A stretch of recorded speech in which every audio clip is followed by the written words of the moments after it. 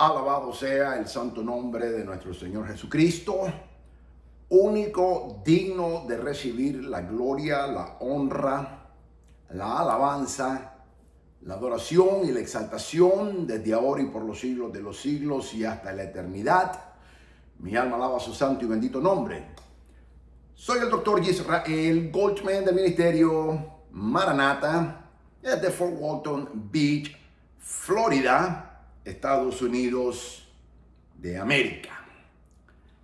Hoy vamos a continuar con nuestro estudio sistemático, anatomía bíblica. Hoy te voy a enseñar y voy a ponerte en perspectiva la carta del apóstol Pablo. Hoy voy a terminar con las epístolas paulinas. Hoy te voy a enseñar las cartas que nos quedan pendientes todavía. Hoy vamos a ver la carta a Tito, que se considera la tercera carta pastoral. Y luego vamos a ver una carta muy particular que es a Filemón. Una carta que nos podemos preguntar, ¿por qué aparece en la Biblia? Es una carta muy personal, pero no es la única.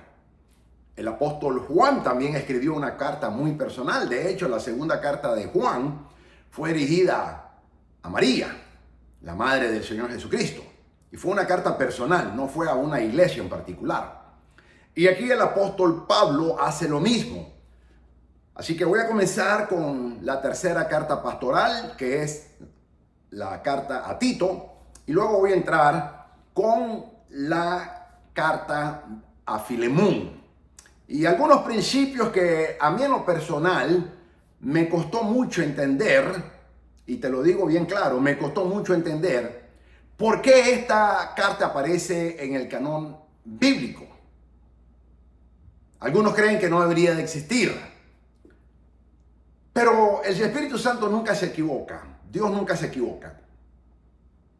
Y si Él les permitió que se escogiera esta carta, de muchas que habían, de varias que habían, el Señor sabe por qué la permite y hoy te lo voy a poner en perspectiva.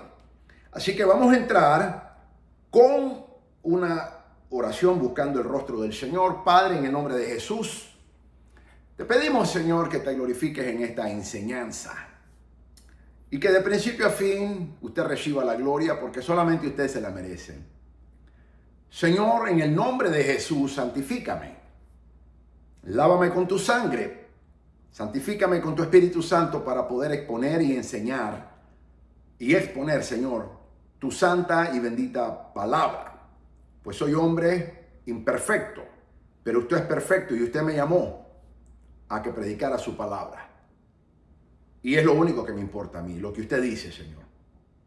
Te lo pido, Señor, en el nombre de Jesucristo nuestro Señor, y te pido que todo aquel hermano, aquella hermana que esté escuchando este video o esté viendo esta enseñanza en los medios de plataformas sociales, Ministerio Maranata, que sea ministrado, que sea edificado, que sea exhortado, que sea educado en tu palabra, Señor, y que crezca espiritualmente, porque ese es el objetivo al cual usted me ha llamado a mí a servirle, enseñar al cuerpo de Cristo, a tu iglesia. Y la gloria es únicamente para usted, Señor Jesucristo. Yo no lo puedo hacer, pero usted lo puede hacer todo, Señor. Y en usted todo lo puedo, dice tu palabra, que me fortalece. Te lo pedimos, Señor amado, y te lo pido en el nombre santo de Jesucristo nuestro Señor. Amén. Quiero una vez más remarcar por qué el nombre de anatomía bíblica, porque es fundamental. Y quiero recordarte una vez más, porque son 21 veces que tenemos que hacer algo continuo para que se vuelva un comportamiento en el ser humano. Cuando hacemos 21 veces algo continuo, ya eso pasa a ser algo que hacemos continuo, se convierte en un comportamiento que hacemos ya sistemáticamente. Y no llevamos las 21 veces, apenas esta es la clase número 10 que vamos a llevar. Así que faltan 11 todavía.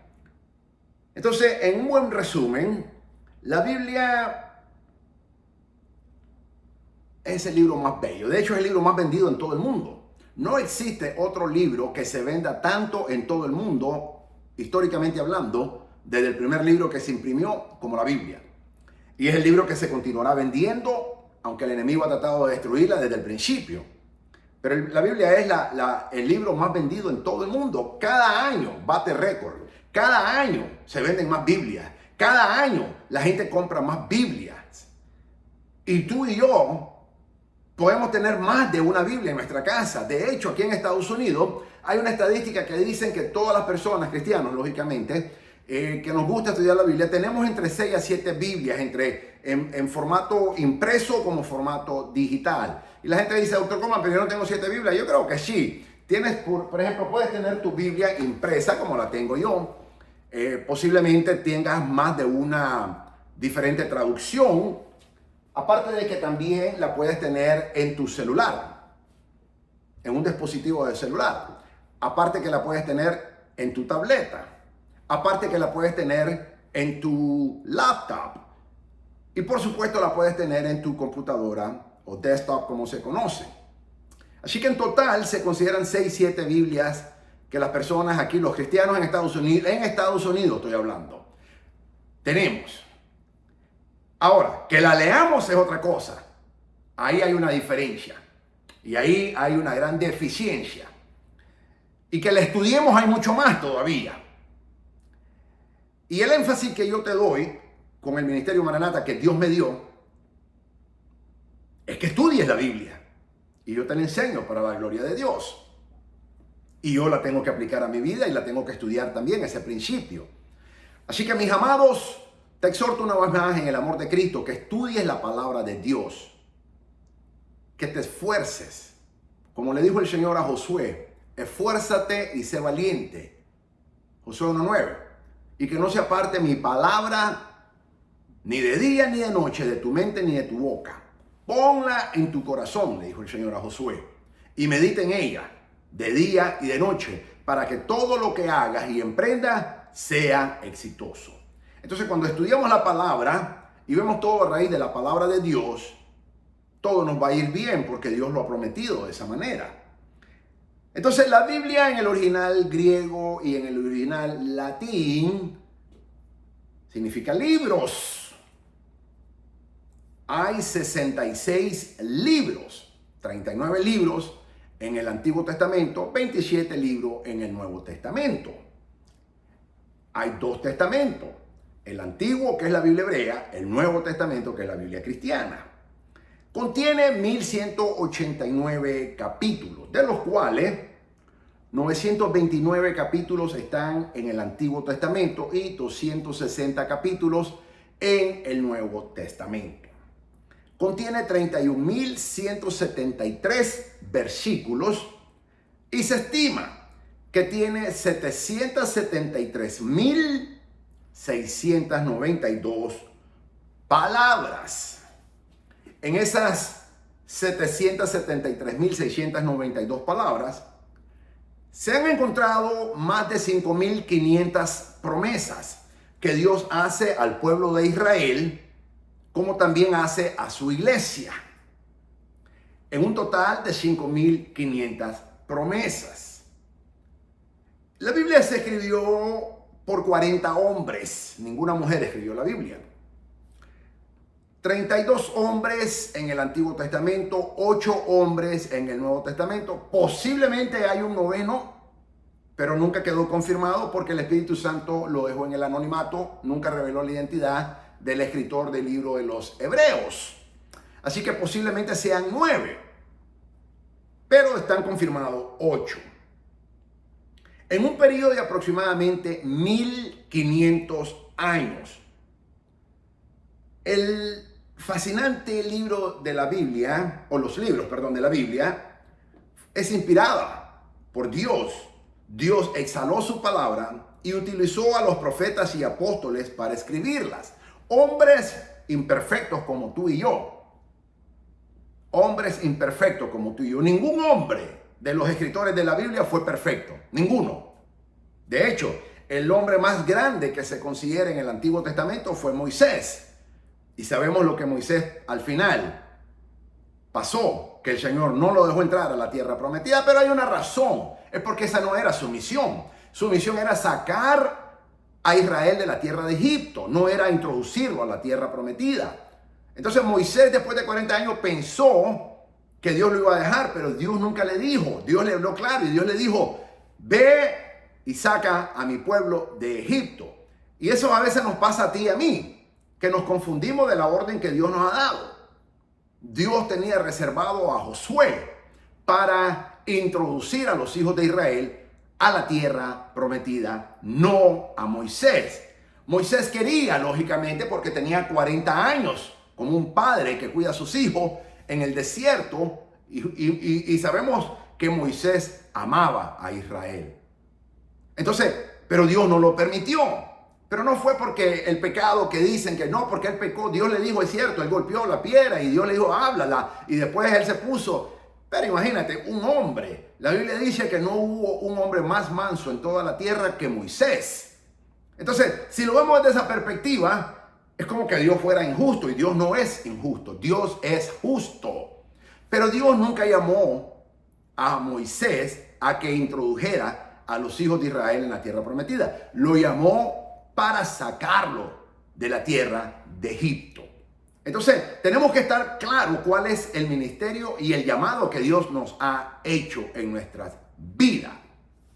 Entonces, a menos que Dios la cambie, y Dios sí puede cambiarla, porque Dios es soberano y Dios hace conforme a Él le plazca y no necesita aprobación ni tuya, ni mía, ni de nadie. Dios es soberano y hace como a Él le place. Y Dios sí cambia los ministerios si es su santa y perfecta voluntad. Lo podemos ver en la Biblia, con muchos ejemplos bíblicos. El Espíritu Santo revela en el Nuevo Testamento muy claro el plan de Dios para su llamada iglesia. Y el Nuevo Testamento se divide en 5 secciones. Los evangelios, que comprenden de Mateo, Marcos, Lucas y Juan. Los primeros 3, Mateo, Marcos y Lucas, se le conocen como los evangelios sinópticos, porque sinóptico significa que tienen una misma perspectiva en cuanto al ministerio terrenal de nuestro Señor Jesucristo. El apóstol Juan escribe muchos años después el evangelio que lleva su nombre, pero no es sinóptico. ¿Por qué? Porque el evangelio de Juan tiene una perspectiva completamente diferente. Se le considera o se le llama el evangelio teológico o espiritual. ¿Por qué? Porque el apóstol Juan presenta al Señor Jesucristo bajo una perspectiva, no como su ministerio terrenal, sino una perspectiva de su divinidad desde antes de la fundación del mundo, desde la eternidad y hasta la eternidad. Entonces, por eso es que el evangelio de Juan es completamente diferente.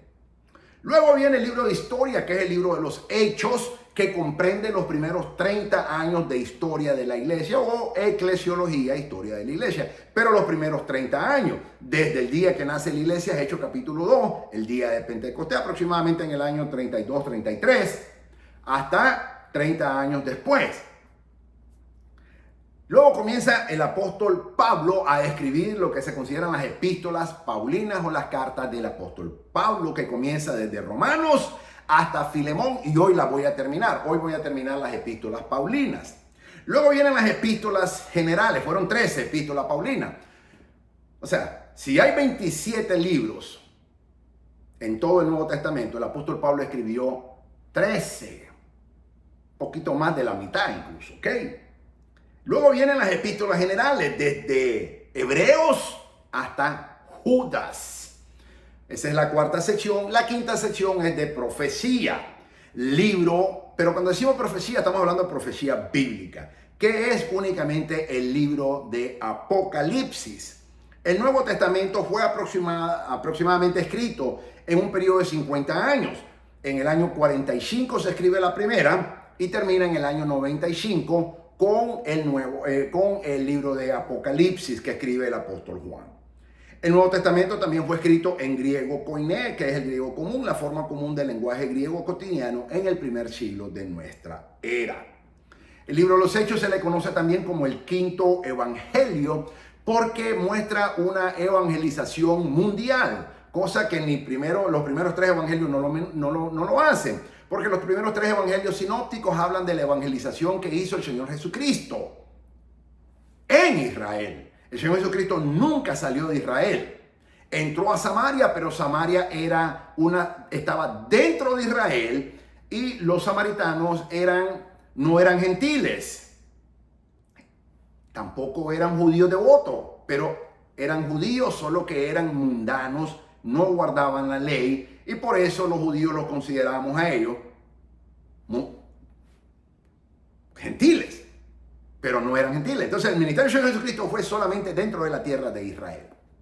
Luego que el Señor Jesucristo muere, resucita y asciende y viene el Espíritu Santo, entonces la iglesia comienza a ser forzada porque todo el mundo se quiere quedar en Jerusalén.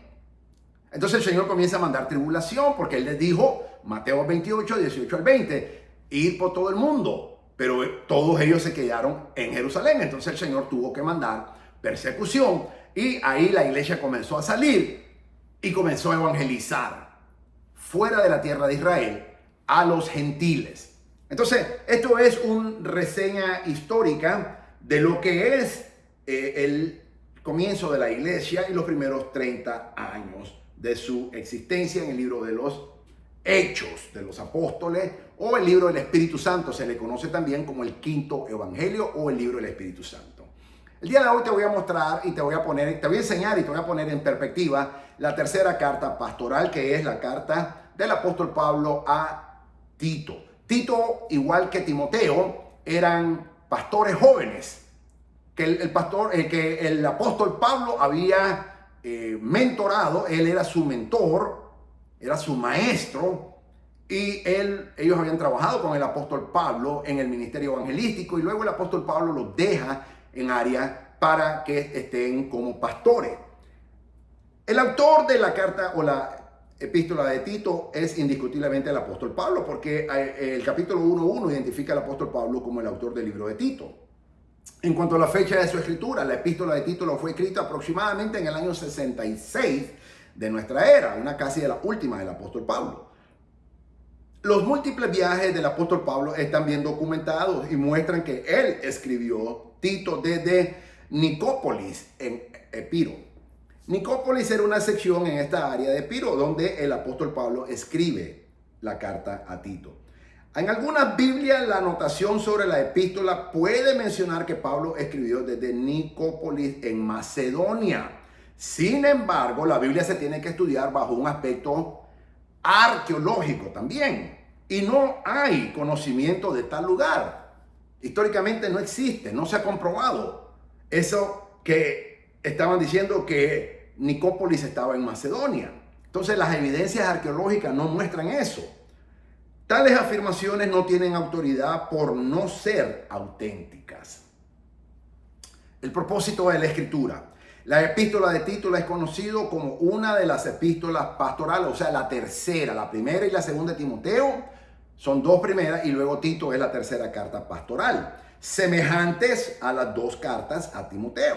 Esta epístola fue escrita por el apóstol Pablo para animar a su hermano en la fe, Tito, a quien había dejado en Creta para dirigir la iglesia que el apóstol Pablo había establecido en uno de sus viajes misioneros. Lo dice Tito capítulo 1 versículo 5. Esta carta aconseja al pastor Tito respecto a las cualidades que debían buscarse en los líderes para la iglesia. También le advierte a Tito sobre la reputación de aquellos que vivían en la isla de Creta. Tito, capítulo 1, versículo 12 lo dice bien claro. Además de instruir a Tito en lo que debía buscar en un líder de la iglesia, el apóstol Pablo también lo anima a regresar a Nicópolis para visitarlo. En otras palabras, el apóstol Pablo continuaba discipulando, mentoreando, enseñando al pastor Tito y a otros, mientras crecían en la gracia del Señor. O sea que el apóstol Pablo continúa su ministerio apostólico, mentoreando, capacitando, enseñando, entrenando al pastor Tito. Versos clave. Tito 1:5. Por esta causa te dejé en Creta, para que corrigieses la deficiencia, Tito 1:5. Por esta causa te dejé en Creta, para que corrigieses lo deficiente y establecieses ancianos en cada ciudad, así como yo te mandé. Le da orden el apóstol Pablo a Tito.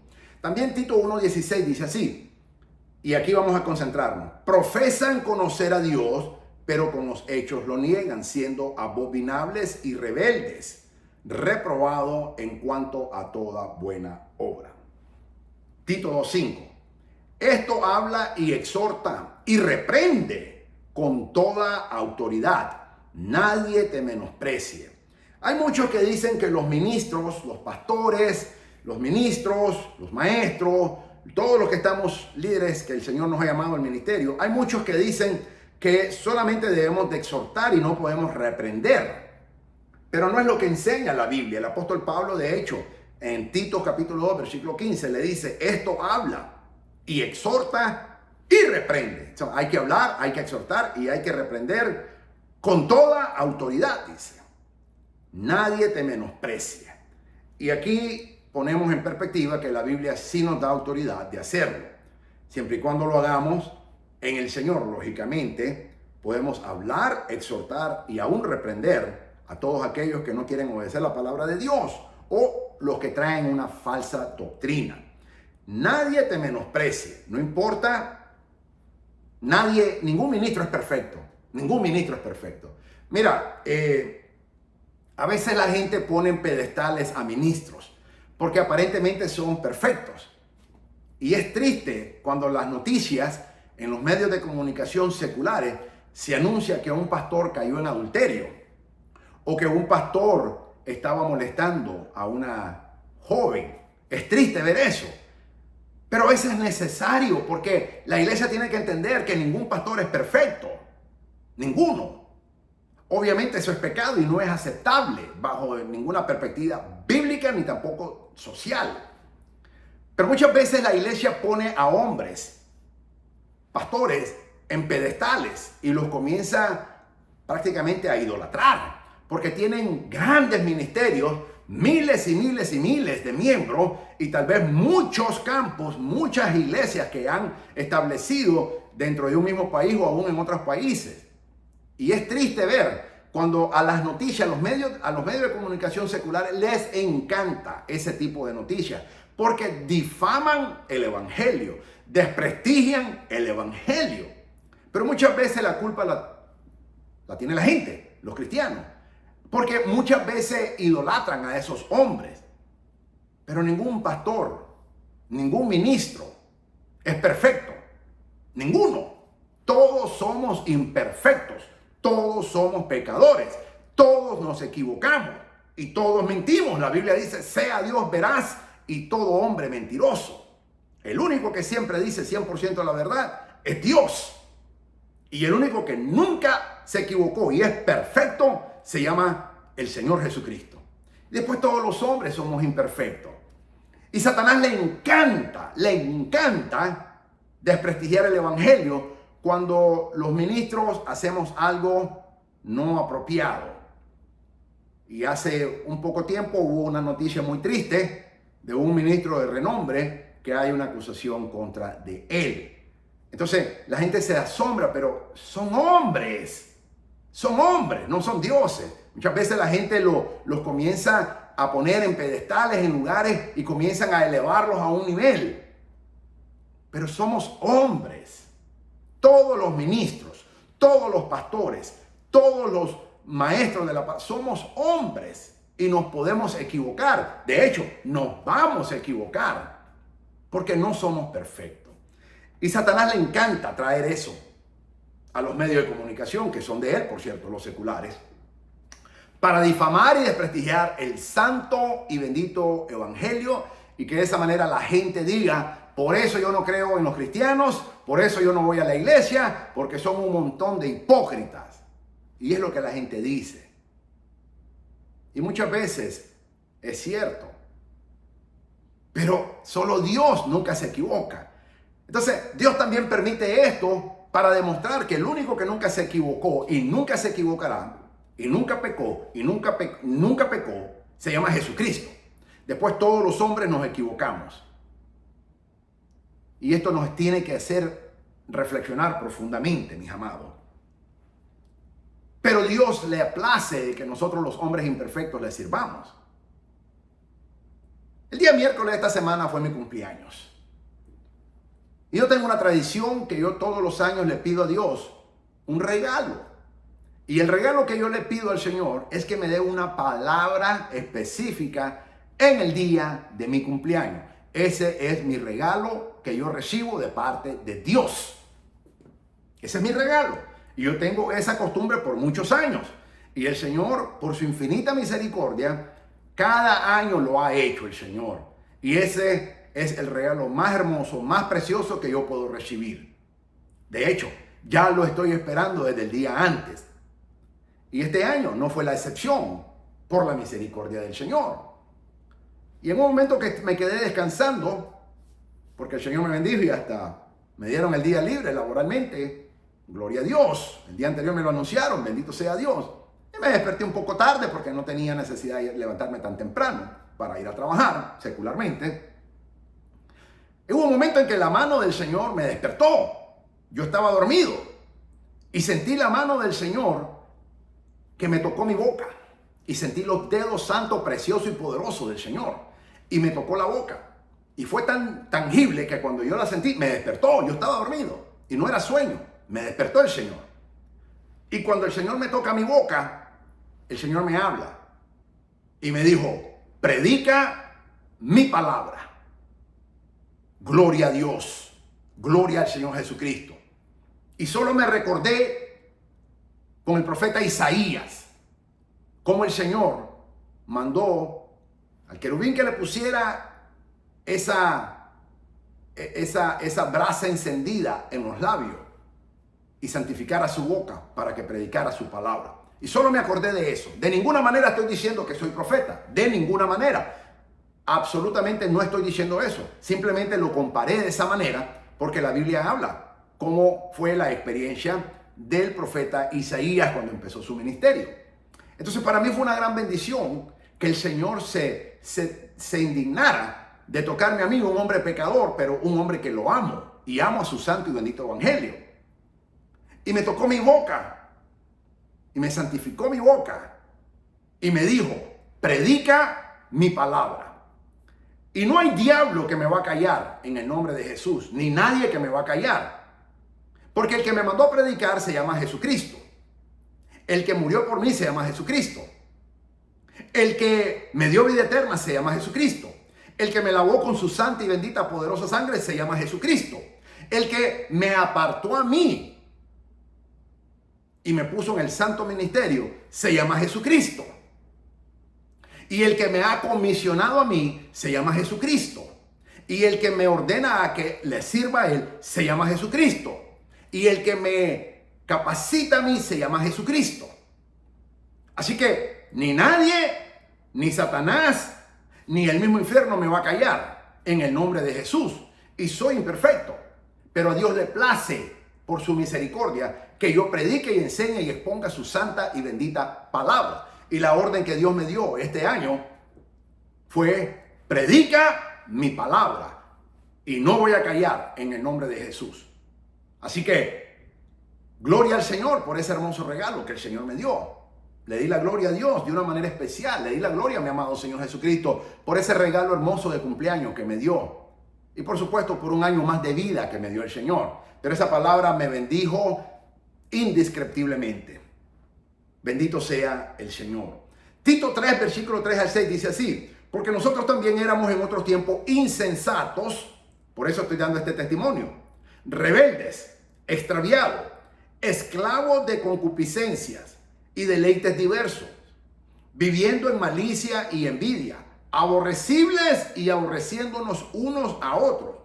Pero cuando se manifestó la bondad de Dios, nuestro Salvador, y su amor para con los hombres, nos salvó, no por obras de justicia que nosotros hubiéramos hecho, sino por su misericordia, por el lavamiento de la regeneración y por la renovación en el Espíritu Santo, el cual derramó en nosotros abundantemente por Jesucristo nuestro Señor.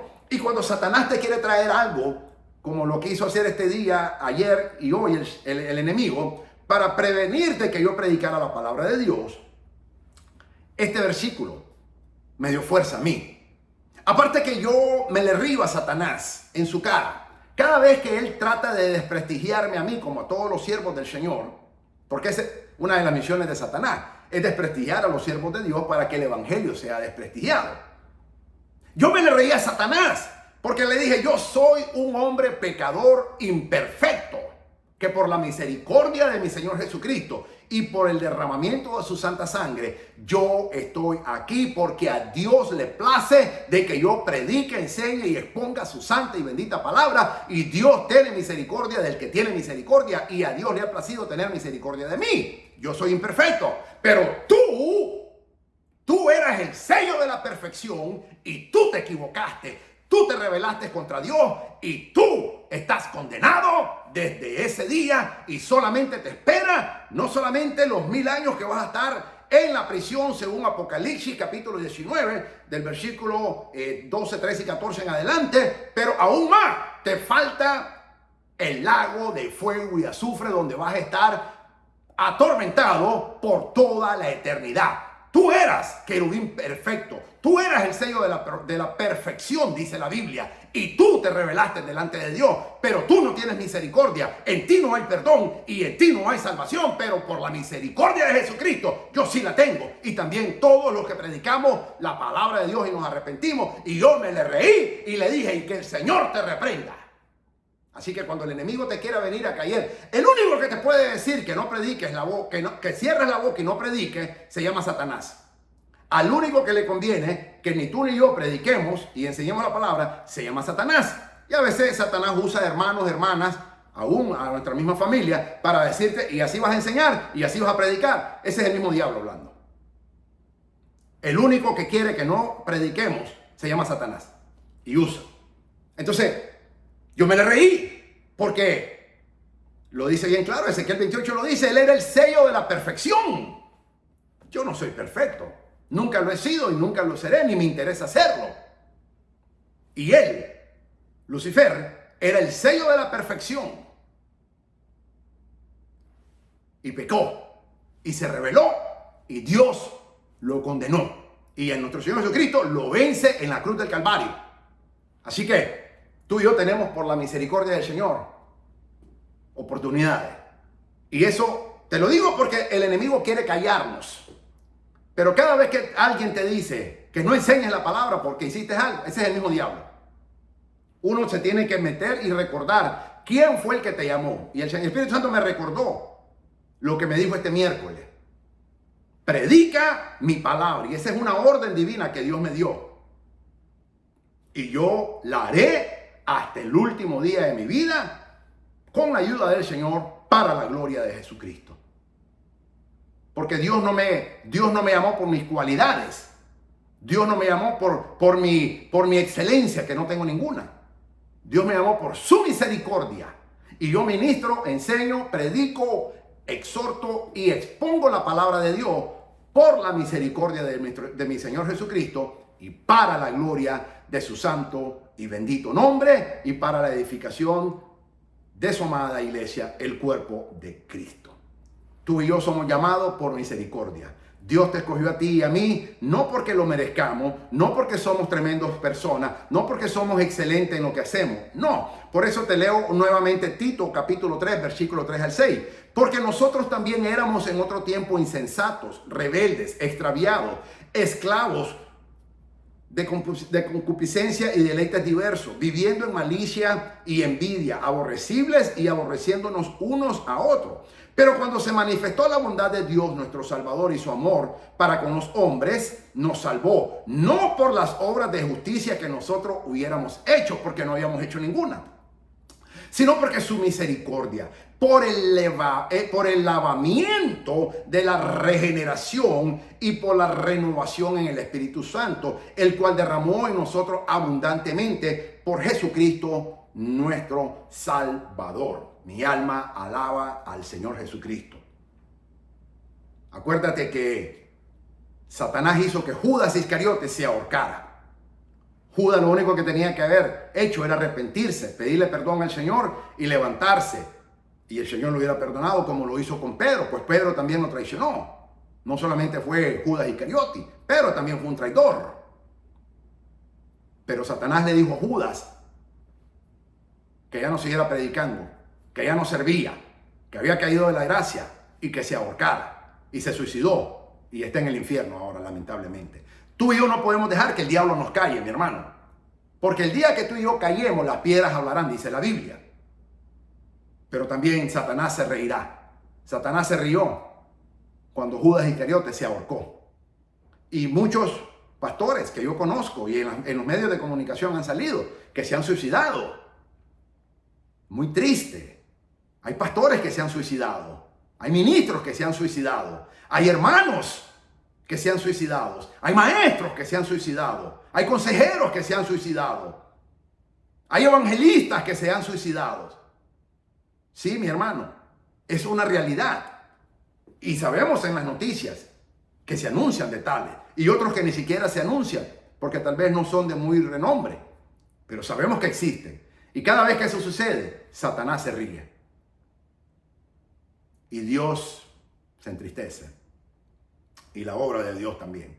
Por eso que tú y yo no debemos de dejar que el enemigo nos calle, usando a terceras personas, aún a tus seres más acercados. Cada vez que alguien te diga que no prediques, que te calle, es el mismo diablo usando la boca de esa persona. Repréndelo en el nombre de Jesús. Y recuerda lo que dice Tito capítulo 3, versículo 3 al 6. Que no es por nuestra buena obra, sino por su misericordia. Y tenemos que predicar o hacer lo que Dios nos ha mandado a hacer en su nombre, conforme al llamamiento que Dios ha hecho a ti y en mí, cualquiera que sea. Pero no podemos dejar de callar, dijo el apóstol Pedro y Juan en el concilio. Le dijo al Sinedrín, no podemos dejar de testificar, de decir las cosas que hemos visto y que somos testigos. Tú y yo no podemos dejar de decir las cosas que hemos sido testigos de las maravillas que Dios ha hecho en tu vida, en la mía y en la vida de muchos, que tú y yo la sabemos, más su santa y bendita palabra nos revela. Breve resumen. Qué maravilloso debe haber sido cuando el pastor Tito recibió una carta de su tutor, de su mentor, el apóstol Pablo. El apóstol Pablo era un hombre muy honrado por muchos y con razón, después de haber establecido varias iglesias en todo el mundo oriental. Esta fama o esta famosa introducción del apóstol debió haber sido leída por Tito, a Tito, verdadero hijo en la común fe. Gracia, misericordia y paz de Dios Padre y del Señor Jesucristo, nuestro Salvador. Comienza Tito capítulo 1, versículo 4. Si hubo un hombre en la Biblia que tuvo que luchar todo su ministerio con una muy mala reputación, fue el apóstol Pablo. Acuérdate que cuando Pablo no era Pablo, era Saulo de Tarso. Tarso porque nació en Tarso, una provincia del Imperio Romano. Saulo era su nombre de nacimiento. Dios le cambió el nombre. Dios a muchos de nosotros nos cambia el nombre. A Dios le place. A Abraham Dios le cambió el nombre. A Sara Dios le cambió el nombre. A Pablo Dios le cambió el nombre. A Pedro Dios le cambió el Pedro. Acuerda que Pedro no era Pedro, Pedro era Simón. Simón era el nombre de Pedro. Y el Señor se lo cambió a Pedro. Entonces, el Señor nos ha cambiado el nombre a muchos de nosotros. Es Dios quien cambia los nombres. Dios sabe por qué lo hace.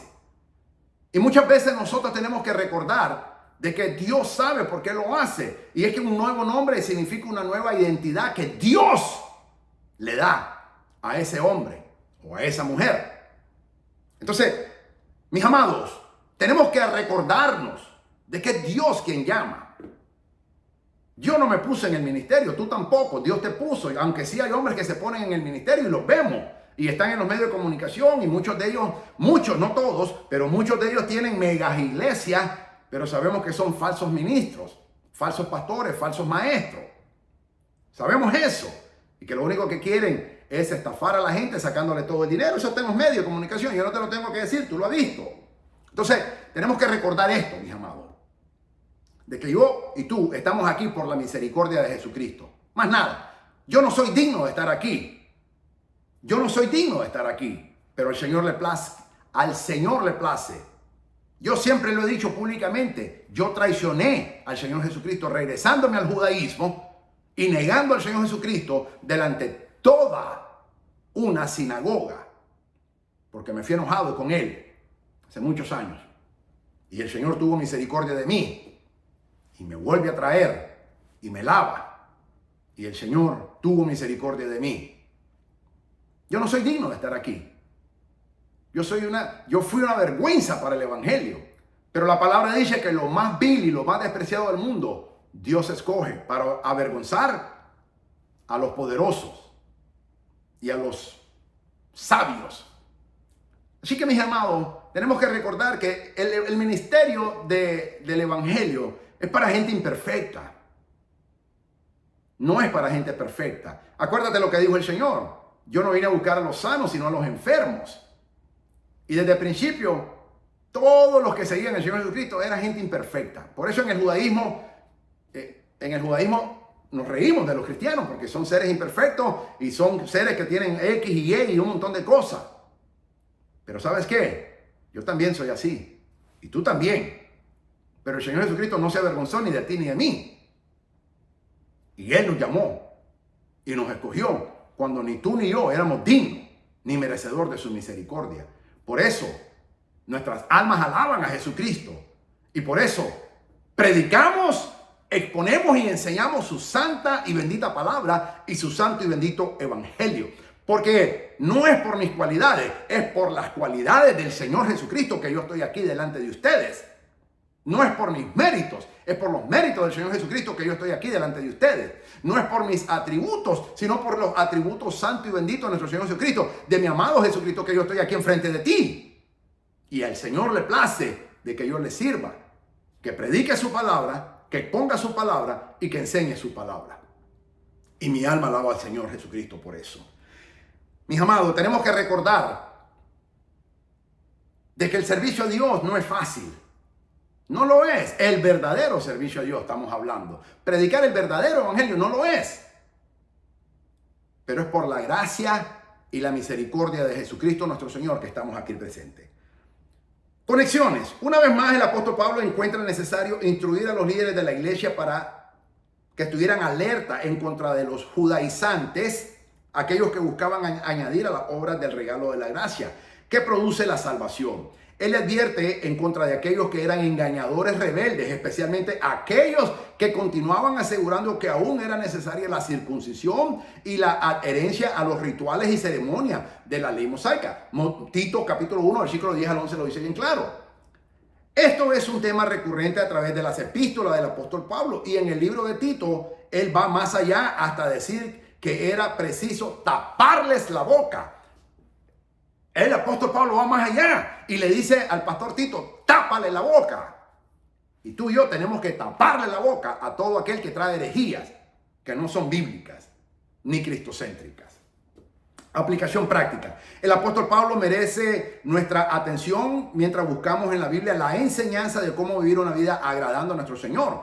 Podemos aprender lo que debemos evitar, así como a quién debemos luchar por imitar a Jesucristo, nuestro Señor. El apóstol Pablo sugiere que busquemos ser puros mientras evitamos las cosas que corromperán nuestra mente y conciencia.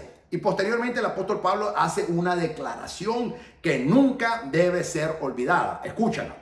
Profesan conocer a Dios, pero con los hechos lo niegan, siendo abominables y rebeldes, reprobados en cuanto a toda buena obra. Tito capítulo 1, versículo 16. Como cristianos debemos examinarnos a nosotros mismos para estar seguros de que nuestras vidas están de acuerdo con nuestra profesión de fe en Cristo. ¿Por qué Dios dijo que David era un hombre conforme al corazón de Dios? Es el único hombre que Dios en la Biblia dice, Dios lo llamó un hombre conforme a su corazón. No es que David era un hombre perfecto, porque no lo fue. De hecho, el rey David, antes de que fuera rey, mientras fue rey, siempre se equivocó muchísimas veces. Muchísimas veces. Entonces, cuando Dios dice Y muchas veces muchas hermanas piden a un hombre conforme al corazón de Dios y creen que es un hombre perfecto, que nunca se va a equivocar, nunca va a pecar. Y es todo lo contrario. Es un hombre que sí se va a equivocar, que sí va a pecar, pero es un hombre que va a arrepentirse como lo hizo el rey David. Eso significa ser conforme al corazón de Dios. Y eso es la cualidad más grande que el rey David nos enseña. Un hombre que se arrepentía, se humillaba, reconocía su pecado delante de Dios, no lo encubría, ni delante de Dios ni de los hombres, y pedía perdón y misericordia, y Dios lo perdonaba. Por eso el rey David era el hombre conforme al corazón de Dios. Tú y yo tenemos que ser hombres conforme al corazón de Dios, y aún mujeres conforme al corazón de Dios. No que nunca nos vamos a equivocar, no que nunca vamos a pecar, no que nunca vamos a ofender a nadie, no que nunca vamos a defraudar a nadie. No, sí lo vamos a hacer, pero cuando lo hagamos, que doblemos rodillas, pidamos perdón a Dios y a esa persona y reconozcamos nuestro pecado, como decía el rey David, el salmista. Eso es lo que significa ser conforme al corazón de Dios. Y no es todo lo contrario que mucha gente cree. Un hombre conforme al corazón de Dios nunca se va a equivocar, nunca va a pecar, nunca va a... No, es todo lo contrario. El rey David se equivocó, el rey David pecó, el rey David hasta mandó a matar y se le consideró eso como homicidio. Y por supuesto, el rey David también adulteró e hizo muchas cosas, quebrantó muchísimas veces la ley de Dios. Y la única razón por la que Dios no lo eliminó es porque el hombre se sabía humillar y le pedía misericordia a Dios, y Dios era compasivo con él, como lo es contigo y conmigo, pues Dios no hace excepción de personas, y Dios lo perdonó. Pero ser conforme al corazón de Dios significa reconocer cuando pecamos, pedir perdón, humillarnos delante de Dios, pedirle perdón a Dios y a la persona que ofendimos, y Dios nos perdona en su infinita misericordia. Justo con esta advertencia, Pablo también nos dice cómo evitar negar a Dios. Dice, nos salvó no por obras de justicia que nosotros hubiéramos hecho, sino por su misericordia, por el lavamiento de la regeneración y por la renovación en el Espíritu Santo, el cual derramó en nosotros abundantemente por Jesucristo nuestro Salvador. Tito capítulo 3, versículos 5 al 6. La palabra regeneración es una palabra que a los teólogos nos encanta, y por supuesto a los eruditos les fascina, porque significa el renacimiento espiritual. Entonces ahí es cuando la palabra de Dios se cumple en la vida de nosotros. Aquí concluyo la tercera carta pastoral del apóstol Pablo a Tito. Ahora entremos a Filemón, porque esta carta me llama mucho la atención. En primer lugar, es muy corta, es muy breve. En segundo lugar, es muy personal. No fue enviada a una iglesia. En tercer lugar, es una situación muy inusual que sucede aquí. Entonces, ¿por qué está en la Biblia? Está en la Biblia porque nos enseña muchas cosas. Está en la Biblia porque a Dios le plació de que estuviera en el canon bíblico. Entonces, entremos a estudiar la carta de Filemón y te la voy a poner en perspectiva. El autor del libro de Filemón fue el apóstol Pablo. Filemón 1:1 lo dice bien claro. Fecha de su escritura. El libro de Filemón fue escrito aproximadamente en el año 60, antes de Tito. Sin embargo, aparece después. Y yo ya te dije, los canones bíblicos no aparecen en el orden que fueron escritos cronológicamente. Aquí vemos que Tito fue escrito en el año 66 aproximadamente, y la carta a Filemón fue escrita en el año 60, o sea, 6 años antes. Sin embargo, aparece después. Eso es interesante, pero el Espíritu Santo lo escogió de esa manera. Propósito de la escritura. La carta a Filemón es más corta de todos los escritos de Pablo y trata sobre la práctica de la esclavitud. La carta sugiere que el apóstol Pablo estaba en prisión al momento de escribir esa carta. ¿Quién era Filemón? Filemón, quien hospedaba a una iglesia en su casa. Espérate. Entonces, Filemón era un hombre, pero era un hombre que hospedaba una iglesia en su casa. O sea, era un hombre cómodo que tenía la comunidad de sus recursos de poner una iglesia en su propia casa. Entonces aquí hay algo que ya me llama la atención, porque podemos ver a Filemón como un hombre, pero si bien es cierto, Filemón sí es un hombre, pero la peculiaridad y la característica de Filemón es que era un hombre que hospedaba una iglesia en su propia casa. Y no estoy hablando de una célula, no estoy hablando de un grupo de estudio, estoy hablando de una iglesia. Quiere decir que este hombre tenía muchos recursos. Eso lo hacía una iglesia a él. Entonces, sí, el apóstol Pablo le escribe a una persona, a un hombre que se llamaba Filemón. Pero puesto que él hospedaba a una iglesia en su propia casa, por ende, esta carta va dirigida a esa misma iglesia también. Y aquí Dios nos está hablando y por eso aparece. Este hombre Filemón, que aparte de hospedar una iglesia en su propia casa, era dueño de muchos esclavos.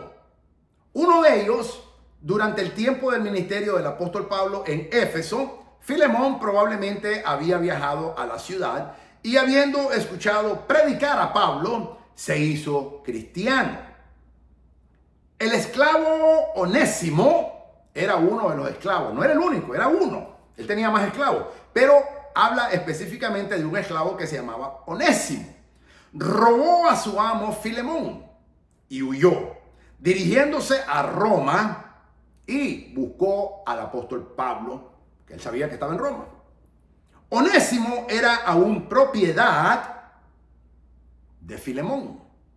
Y el apóstol Pablo escribió para suavizar el hecho de su regreso con su amo. Tras haberle testificado Pablo, Onésimo se hizo cristiano. O sea que cuando Onésimo le robó a Filemón, no era cristiano. Cuando él sale huyendo, llega a Roma, busca al apóstol Pablo. El apóstol Pablo le predica y Onésimo ahora se convierte al Señor Jesucristo. Ahora cambia la cosa. Se hizo cristiano, lo dice Filemón, versículo 10. Y Pablo quería que Filemón aceptara a Onésimo como no un esclavo, sino como un hermano en Cristo y no solamente como un esclavo. Vamos a poner en perspectiva ahora. ¿Cuántas veces alguien a ti y a mí nos ha hecho daño? Muchas. ¿Cuántas veces tú y yo hemos hecho daño? Y aún cristianos. Probablemente muchas. Si tú nunca has hecho nada, si nunca has defraudado a nadie, si nunca le has dado un dolor a alguien, pues tú eres perfecto. Y la Biblia dice que no somos perfectos. Dice que seamos perfectos, no dice que somos perfectos. Dice, sed perfecto como Dios es perfecto. O sea que buscamos la perfección, pero eso no nos hace perfectos. Ni nos cataloga de que ya somos perfectos. Entonces, aquí Filemón, un hombre que se había convertido a Cristo a través de la prédica del apóstol Pablo en su viaje a Éfeso, un hombre muy próspero, ahora se convierte al cristianismo y ahora él decide poner una iglesia, hospedar una iglesia en su propia casa. Y los hermanos se reunían y se forma una congregación, una iglesia. Este hombre tenía muchos esclavos, uno de ellos Onésimo. Onésimo era un hombre que no creía en el Señor, era un hombre inconverso.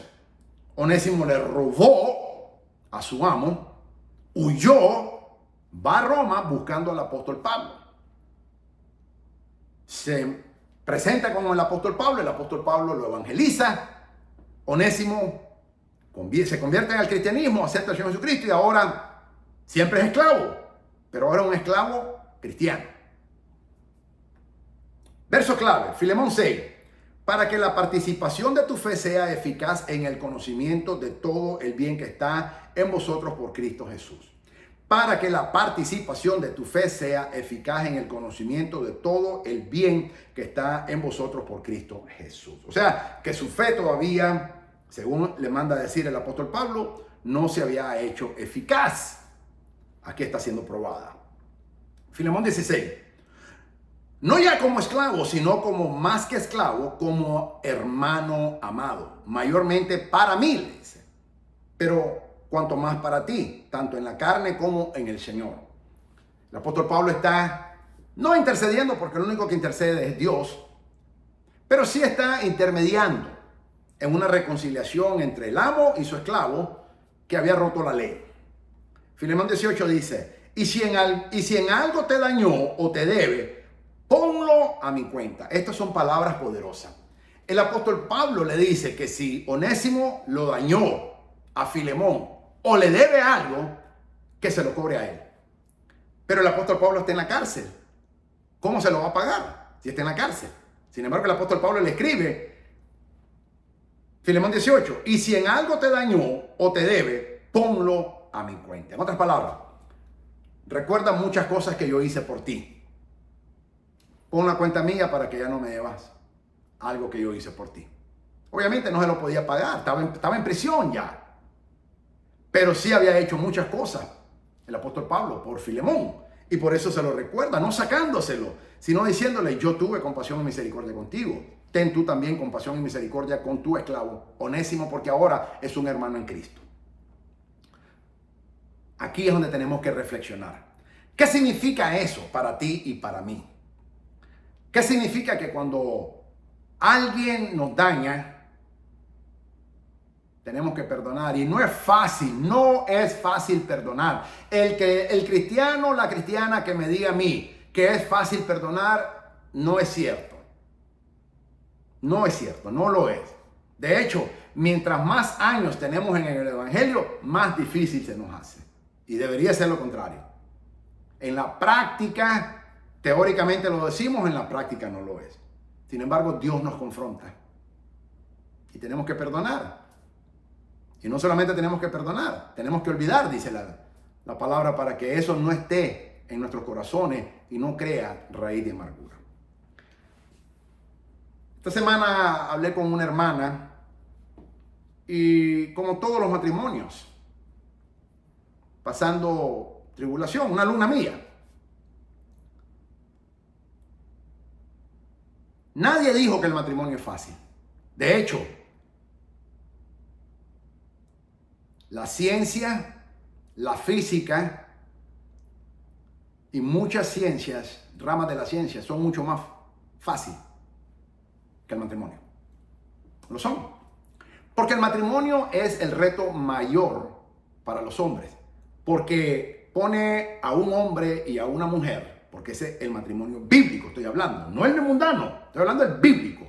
Dios creó a Adán y a Eva, varón y hembra los creó, dice la Biblia. Y Dios los casó. El matrimonio, y yo no soy un experto matrimonial ni nada por el estilo, pero el matrimonio, todos los que estamos casados o han estado casados, sabemos que lo más difícil que podemos tú y yo tener es el matrimonio. Lo es. Cualquier prueba es más fácil, pero el matrimonio es lo más difícil. ¿Por qué? Porque incluye a dos seres imperfectos, tú y tu pareja, yo y mi pareja.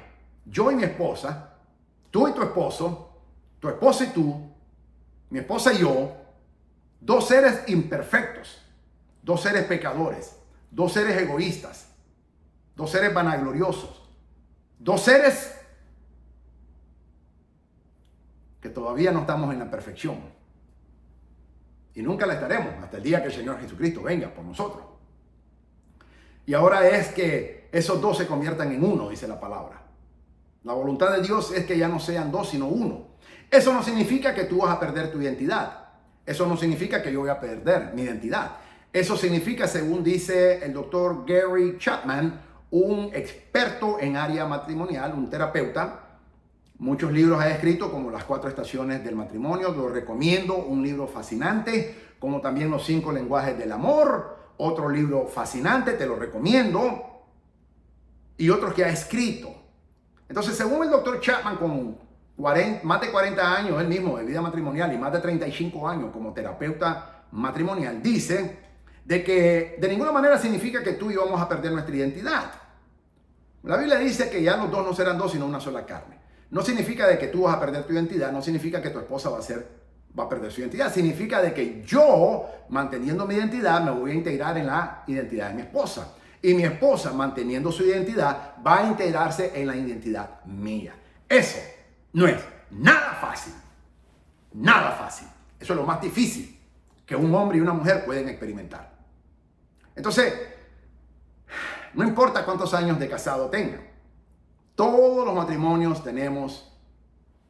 pasamos por situaciones. El doctor Gary Chapman le llama, pasamos por diferentes 4 estaciones. Como el año que tiene 4 estaciones, todos los matrimonios pasamos por esas 4. La peor es el invierno, lógicamente, porque es la fría, es la donde hay muerte. Mira los árboles, cómo mueren. Todo es muerte. pero todos queremos estar en la primavera, porque es cuando renace todo, cuando reverdece todo, cuando todo, la primavera es lo más lindo que hay. Y ese es el objetivo claro de estar ahí, pero aún el mismo doctor Chapman dicen que él con 40 años de casado y siendo un terapeuta matrimonial con más de 35 años y escribiendo muchos libros en más de 38 idiomas que han sido traducidos, él mismo su matrimonio de vez en cuando está en el invierno, dice.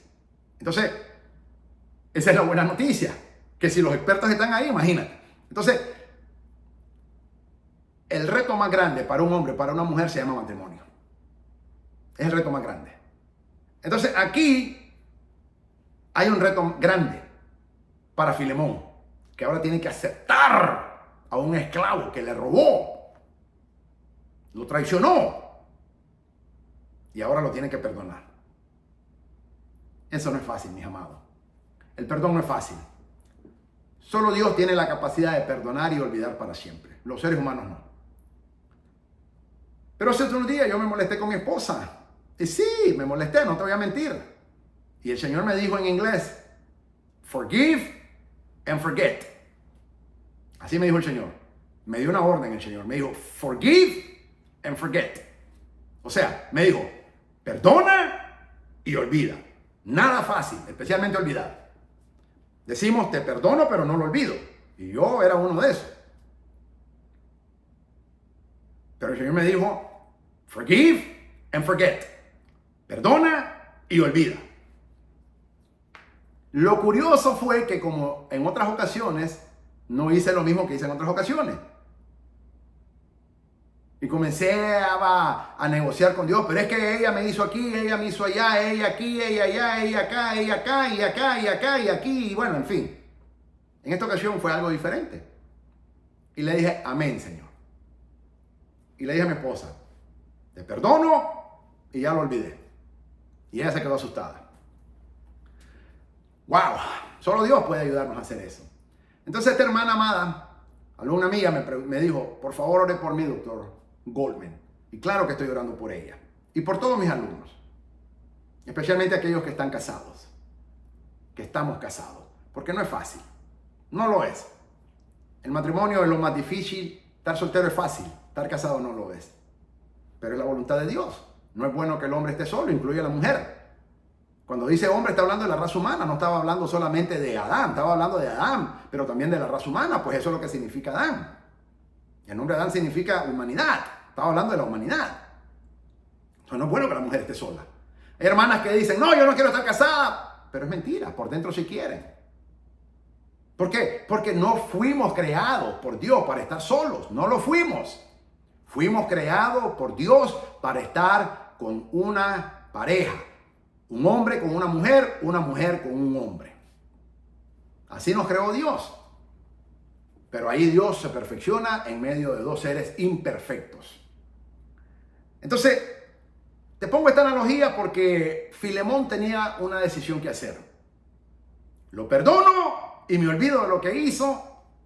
¿O no le perdono y lo sigo recordando?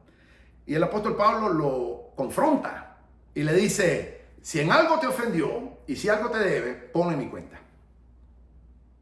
Esas son palabras de Dios para ti y para mí. Si en algo te ofendió y si en algo te robó o te hizo perder, ponlo en la cruz del Calvario. Porque ya el Señor Jesucristo pagó por ese pecado.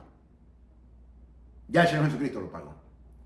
Entonces, mis amados, aquellos hermanos, hermanas, amados míos que están teniendo dificultades en su matrimonio, yo oro por ti, como también te pido que tú ores por mí. Y no eres único. No hay matrimonios perfectos, ni aunque sean cristianos. Yo me acuerdo el doctor Charles Stanley, que ya está en la presencia del Señor. El doctor Charles Stanley, un excelente pastor, un excelente maestro, un excelente académico, bautista. El doctor Charles Stanley se divorció con su esposa cuando cumplieron 40 años de casados. Imagínate, el doctor Charles Stanley, que había escrito muchos libros, con muchísimos años en ministerio, un hombre de gran reputación, de gran trayectoria, cuando cumplió 40 años de casado, se divorció. No se volvió a casar. pero se divorció. Imagínate, 40 años y se divorció. Entonces, no es fácil.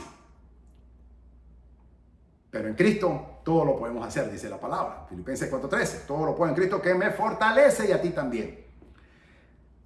Fácil es divorciarse, mis amados. Te lo digo por experiencia. Difícil es seguir casado, agradando a Dios. Eso solo los valientes lo hacen. Los cobardes nos divorciamos. Yo fui cobarde, me divorcié. Lo fui. Yo no te puedo enseñar a ti cómo estar casado toda la vida. Yo no soy de esos pastores que me puedo parar en un púlpito y decir, tengo 40, 50 años casado con la misma esposa. Yo no soy eso. Y no lo digo para honra, al contrario, me da vergüenza decir eso. Y una vez yo le dije al Señor, Señor, yo nunca voy a poder aconsejar matrimonios, porque soy divorciado, cristiano, y me divorcié. Y el Señor me dijo, y le dije como el pastor tal, como el pastor aquí, como el pastor allá, hay muchos pastores que yo conozco. Y me acuerdo que el Espíritu Santo me habló, porque yo estaba triste, me sentía defraudado, decepcionado, el enemigo me estaba diciendo eso, y yo comencé a creer esa mentira del enemigo. Y me acuerdo que el Espíritu Santo me habló, y me dijo, tú no podrás enseñar a las parejas cómo mantenerse casados. Tienes razón, porque te divorciaste. Pero tú sí puedes enseñar a las parejas cómo no divorciarte.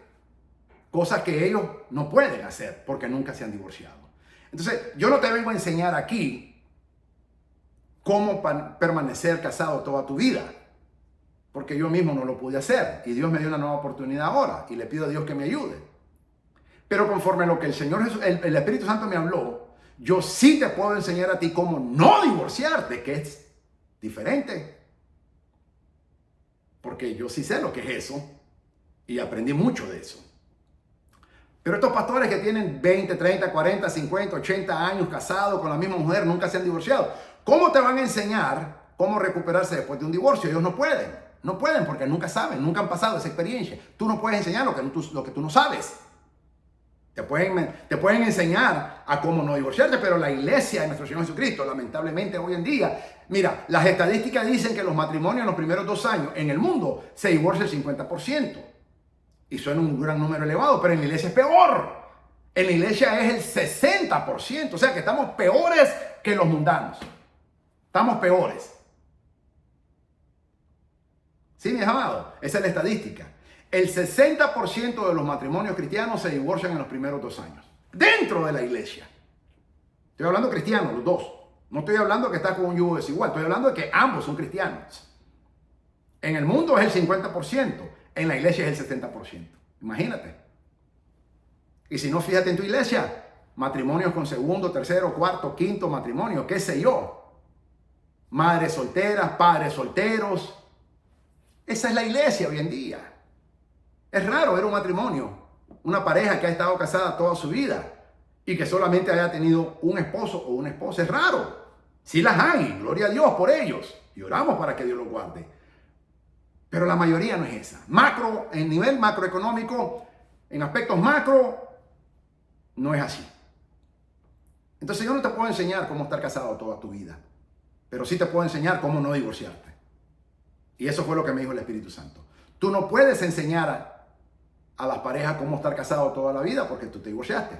Pero tú sí puedes enseñar a las parejas dentro de la iglesia a cómo no divorciarte porque tú sí sabes lo que es eso. Y yo sí puedo enseñar lo que aprendí y tengo autoridad para hacerlo. No lo digo jactándome, al contrario. Pero Dios tuvo misericordia de mí y por eso yo quiero orar por ti y por las parejas. Y te recomiendo que estudies esos 2 libros fascinantes. Si no te gusta leer o porque tal vez tienes problemas de visión o porque te duermes. Mucha gente se duerme leyendo. Cómpralo en audio. Los venden en audio. Uno se llama Las 4 estaciones del matrimonio por el doctor Gary Chapman. Y el otro libro se llama Los 5 lenguajes del amor. Y aquí quiero terminar porque el apóstol Pablo nos enseña que tal vez en ninguna palabra del Nuevo Testamento se muestra tan bellamente retratada la diferencia entre la ley y la gracia. Tanto la ley romana como la ley mosaico del Antiguo Testamento le daban a Filemón el derecho a castigar al esclavo fugitivo, aún hasta matarlo, quien era considerado como su propiedad. Pero el pacto de la gracia a través del Señor Jesucristo permitió que el amo y el esclavo tuvieran compañerismo en amor sobre las bases de igualdad en el cuerpo de Cristo. Aplicación práctica.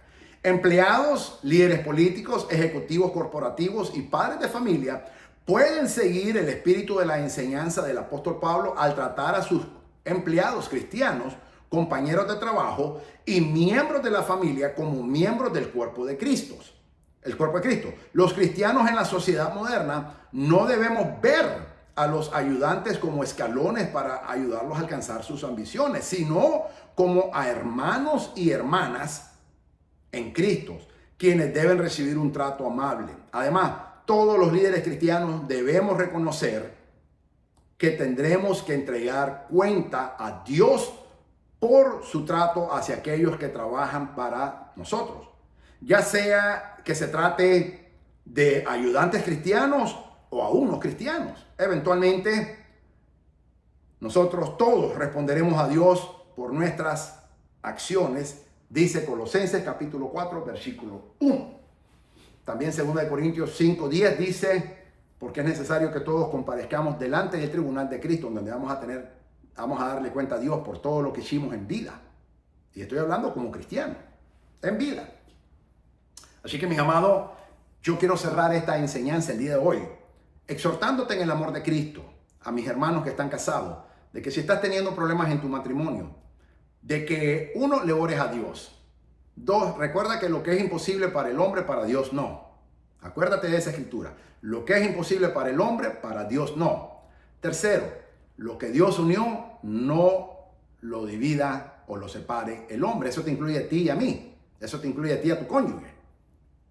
Cuarto, acuérdate que en el principio Dios los hizo y los dos se hicieran una sola carne.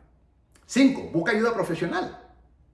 No le cuentes a tus pastores. Muchos pastores no están capacitados para aconsejar pareja. No lo están, porque no tienen el entrenamiento adecuado. Otros porque nunca han tenido esa experiencia. Entonces, ¿cómo te van a aconsejar? Es como que yo te venga a aconsejar a ti cómo ser un excelente esposo si yo nunca me he casado. No puedo. Como hacen los curas católicos. No son casados, pero están aconsejando a la gente cómo ser un esposo, pero ellos no son esposos. Entonces yo no puedo enseñar lo que yo no sé. O una monja que le diga a una mujer cómo ser una excelente esposa cuando ellas no son casadas. Entonces yo te quiero animar en el amor de Cristo, mi hermano, porque esta carta a Filemón nos habla de esa unión y del perdón. Y el Espíritu Santo me estuvo ministrando, especialmente hoy temprano por la mañana, sobre esta carta. Anoche y hoy en la mañana, pero específicamente hoy en la mañana. En donde nosotros tenemos que hacer. Y Filemón tuvo que tomar una decisión. Y decidió creerle a Dios y hacer lo que Dios le dijo a través de las instrucciones del apóstol Pablo. Si estás pasando en un invierno en tu matrimonio, hay esperanza. Se llama Jesucristo. Se llama Jesucristo. Lo que para el hombre es imposible, para Dios no, dice la Biblia. Lo que Dios unió. Si tú sabes que Dios te unió con tu pareja, ni Satanás, ni el mismo infierno, ni nadie quien se levante te va a separar de esa pareja. Porque lo que Dios unió, no lo separa el hombre, dice la Biblia. Y cuarto, busca ayuda profesional. Yo te recomiendo estos 2 excelentes libros que yo lo estudié. El primero se llama Las 4 estaciones del matrimonio, por el doctor Gary, G-A-R-Y, Chapman, C-H-A-P-M-A-N. Excelente libro. Estúdialo, órale a Dios, estúdialo con tu pareja, pero si tu pareja no quiere, si tu esposo, tu cónyuge no quiere, tu esposa no quiere, estúdialo tú. Ora y tú vas a ver cómo Dios va a comenzar a cambiar. Segundo, Los 5 lenguajes del amor. Ese libro me impactó mucho más. Yo creo que me impactó más que las 4 estaciones del matrimonio. ¿Por qué? Porque muchas veces creemos, y voy a abordar esto después, no sé, yo creo que Dios me está dirigiendo a llevar consejería matrimonial. Yo no sé, yo no soy calificado para esto, pero yo siento que el Espíritu Santo me está llevando ahí. Mándame tu comentario. Mándame tu comentario. ¿Tú crees que debería hacer estudio de consejería matrimonial? Mándamelo. Mándamelo. Quiero retroalimentación. Pues yo creo que no. Yo creo que yo no estoy capacitado. Pero si Dios le place, el pueblo de Dios va a confirmarlo. Así que mándame un mensaje y órale al Señor y que el Señor te diga. Pero sí te recomiendo esos 2 libros por el doctor Gary Chapman. Doctor Gary, G-A-R-Y, Chapman, C-H-A-P-M-A-N. Búscalo en Google y vas a ver muchos de los libros que él tiene. Especialmente estos 2 te los recomiendo porque son los que yo ya leí. Las 4 estaciones del matrimonio y los 5 lenguajes del amor. Eso es muy impactante, es los 5 lenguajes del amor. Porque lo he leído 3 veces ya. Y cada vez que lo leo me impacta más todavía. Entonces, yo siento que el Espíritu Santo me está llevando a que enseñe. Y yo le hice ese comentario a mi esposa. Y estamos orándole al Señor. Pero mándame tu retroalimentación. Obviamente voy a obedecer lo que Dios me diga, no lo que el hombre me dice, pero te invito a que me des esa retroalimentación. Yo quiero orar por ti. Y te animo a que estudies esos libros. Te repito, no lo tienes que leer, los puedes ir en audible, son audibles, los puedes escuchar mientras estás manejando tu trabajo, en tu celular, en tu dispositivo. Excelentes libros, son excelentes, ambos. Y el Espíritu Santo va a trabajar algo en ti. Estoy seguro. Él presenta muchísimos casos de muchísimas parejas y Dios lo ha hecho. Si Dios lo ha hecho con ellos, Dios lo puede hacer contigo y conmigo. Y yo mismo con mi matrimonio lo estoy haciendo y mi esposa y yo estamos estudiando. Y sí tenemos eso, porque estamos empezando y es difícil, es la etapa más difícil. Los primeros 2 años son los más difíciles. ¿Por qué? Porque ahí es donde se divorcia todo el mundo. Según las estadísticas, 50% en el mundo y 60% dentro de la iglesia. En los primeros 2 años se divorcian. Pero Malaquías dice, Dios odia el divorcio. Con eso te quiero cerrar. Padre, en el nombre de Jesús, te damos la gloria. Te pedimos que tu Espíritu Santo nos ministres una vez más. Te pido por todos mis hermanos, mis hermanas, mis alumnos que estudian conmigo semanalmente, que están casados y que están pasando problemas en su matrimonio. Te pido que intervengas en sus matrimonios. Te pido que los ayudes. Como también te pido por el propio mío también, Señor. Padre, sabemos de que tu voluntad, el matrimonio fue constituido por usted, Padre Santo. Y el enemigo está en contra del matrimonio. El matrimonio es de Dios, el divorcio es de Satanás. Te pido que guardes a todos y cada uno de mis hermanos, nuestros alumnos, que están teniendo dificultades en sus matrimonios, para que tu Espíritu Santo los ayude. Y ahora mismo los acabo de proveer una herramienta, 2 herramientas valiosas a través de los 2 libros del doctor Gary Chapman. Las 4 estaciones del matrimonio y el segundo libro es Los 5 lenguajes del amor. Porque así como me enseñó mucho y me está enseñando usted a mí y aún a mi esposa, yo sé que usted lo va a enseñar a mis amados. Padre, en el nombre de Jesús, te lo pongo en tus manos, Señor. Te pongo todos nuestros matrimonios, los matrimonios de mis hermanos como el mismo propio mío, en tus manos, Señor Jesucristo, para que usted nos guarde nuestro matrimonio y nos ayude, Señor. Por favor, ayúdanos, Señor. Queremos agradarlo. Te lo pido, te lo pedimos. En el nombre de Jesucristo, nuestro amado Señor. Lo que es imposible para el hombre, para Dios no lo es, dice tu palabra. Y lo que Dios unió, no lo separe el hombre. Y no es bueno que el hombre esté solo, dice tu palabra, Señor. Quiere decir la humanidad. Fuimos creados por usted, Señor Santo, para estar en una relación matrimonial y no en vidas solteras. Y aquellos hermanos y aquellas hermanas que están solteros, y están orando por un esposo, están orando por una esposa, no por un amigo, por un esposo o por una esposa, que sea enviado por usted primero, Señor amado. Aprobado por usted, escogido por usted y que usted los case, Señor. Para que entonces se cumpla tu palabra, lo que Dios unió, no lo separe el hombre. Y te pido que los ayudes, especialmente si se están quemando en pasiones. La Biblia dice que no os queméis en pasión, es mejor casarse. Padre, esto no estaba en la enseñanza hoy. Esto no lo iba a poner en esta enseñanza hoy, pero tu Espíritu Santo me está inquietando, me ha estado inquietando a que enseñe este tema. Al cierre. Te lo pedimos, Señor, en el nombre santo y bendito de nuestro Señor Jesucristo, quien vive, reina y viene pronto. Maranata. El Señor viene y viene pronto. por su amada iglesia. Pero acuérdate que viene por una iglesia virgen, pura, santa, sin mancha, sin arruga. Que lo estemos esperando. Así tenemos que ser. Maranata. El Señor viene y viene pronto. Estemos preparados. Pongámonos a cuenta con el Señor y con los que hemos ofendido y hagamos lo que hizo Filemón. Perdonemos y aceptemos, porque son hermanos en Cristo si son hermanos. Y si no son hermanos, es una manera que podemos testificar el amor de Cristo. Perdonemos y olvidemos. Y veremos la misericordia de Dios en nuestra vida. Gracias, Señor amado, por esta bendición. En el nombre de Jesús, amén. Soy el doctor Israel Goldman, Ministerio Maranata de Fort Walton Beach, Florida, Estados Unidos de América. Que el Señor te bendiga, que el Señor te guarde, que el Señor haga resplandecer su santo, bendito y poderoso nombre sobre tu vida, su rostro que resplandezca en tu vida y en la mía. Que el Señor guarde nuestros matrimonios, que el Señor nos ayude a cada vez ser más según el tamaño del varón perfecto. Que el Señor te ayude a ti y a mí a crecer espiritualmente. Que el Señor haga que la palabra santa de Dios, la bendita Biblia, cada día profundice esas raíces en nuestros corazones y en nuestras mentes. Que el Señor nos ayude, mis amados, y que el Señor nos mantenga firmes contra las acechanzas del enemigo y apaguemos los fuegos con el escudo de la fe, los dardos de fuego que nos lanza el enemigo a nuestras mentes y a nuestros corazones cada día. Que la sangre de Jesucristo te cubra y que el fuego del Espíritu Santo proteja todo tu ser, espíritu, alma y cuerpo, y que tus pensamientos estén en Cristo y los traigamos cautivos a la obediencia a Dios. En el nombre de Jesucristo nuestro Señor te lo pedimos y te pedimos, Señor, que nos ayudes y que tenga misericordia de nosotros. En el nombre de Jesús, amén. Bendito sea el santo nombre de Jesucristo. Mi alma alaba su nombre. Amén.